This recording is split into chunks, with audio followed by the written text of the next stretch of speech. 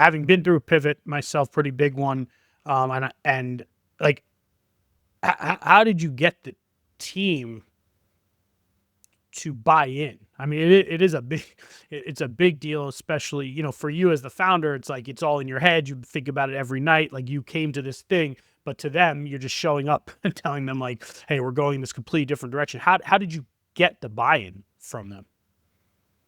Yeah, it's hard. It's a lot of communication. It's a lot of back and forth with the team. And candidly, as the founder trying to find product market fit, you've got to convey confidence and optimism. At the same time, you need to be transparent and realistic with your team. And I try to be both. I try to tell them, with all honesty, hey, it's on us to figure this out. No one's coming. If we don't figure this out, we die.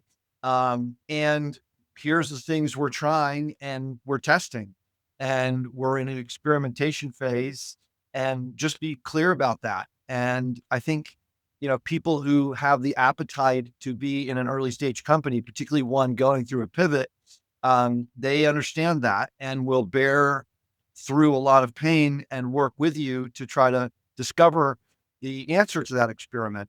But it did require and does require a lot of experimentation. And, we ran into a lot of walls, and I had a lot of long nights thinking about how to evolve the business. And we still do that. As a startup is an unending series of puzzles to solve, and each one has its own unique traits and complexities, and we're trying to solve them each day. I tell people that I interview, well, what are you looking for, or what do you expect to happen here?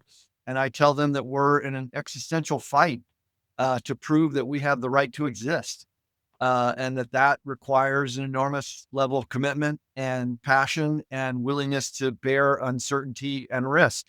And that's the truth of it. And if you don't have that appetite, a startup's probably not right for you, especially not one at this stage. And it's not for everybody. I kind of love it. That uncertainty, Clearly. that that uncertainty, that uh, um, thing inside of you that forces you to figure it out, is very motivating to me, and I quite enjoy it. Hmm. I think the thing you said there about again, we talked about this, like the people listening to this, mostly it's early stage founders, first time CEOs, executives who want to be CEOs or founders one day. And I think one of the things you said there is really important is qualifying, like making sure you have the right people around the table so that when you show up and say, we're going to pivot, of course, it's still scary. It's still, there's still the uncertainty, but having the people around the table who you've already pre-qualified to make sure that they're in the mindset that this could happen, and that they're in the mindset that there is this uncertainty, and they embrace that versus are scared of that. I think what I see is a lot of times, including myself, frankly, early in my career, I would try to convince people to join versus like what you just described is almost convincing them not to join. And the people who still join are the people you want on the team. It's kind of, because I think first time founders, you're like, no, you're going to come, we're going to be billionaire. Like this is going to be amazing. It's actually, you have to do the opposite to make sure that you have the right kind of person, at least in the early stage, right? Yeah, I absolutely do that. I sort of downplay the the excitement, and I really amplify the uncertainty and the risk, because I want people to understand what they're getting themselves into. Um, and particularly in this current business, because we have so many of our team members who come from traditional financial services businesses, right? We have certified financial planners on staff. They serve our clients. We tend to hire from the best banks and financial institutions in the marketplace. Those individuals tend to have come up through corporate America in a more traditional training program. And so they are, by definition, people who are less um, uh, interested in taking on risk. They're not startup folks by their DNA.